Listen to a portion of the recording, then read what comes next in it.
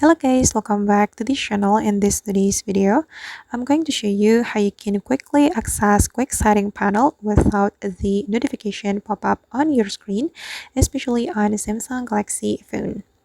Okay, let's get into it. Here I have opened my Samsung Galaxy phone, and usually if we want to go to the notification panel, we have to swipe down our screen. And then as you can see guys, that there are a lot of notification pop-ups on my screen, and we have to swipe down one more time. Then this is the quick setting panel, and I'm just going to show you how we can quickly access the quick setting panel without the notification.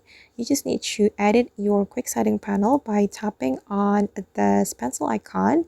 And then you need to go to the quick setting instant access right here, and you have to activate this feature to quickly access your quick setting panel. Okay, and you can read the instruction right here.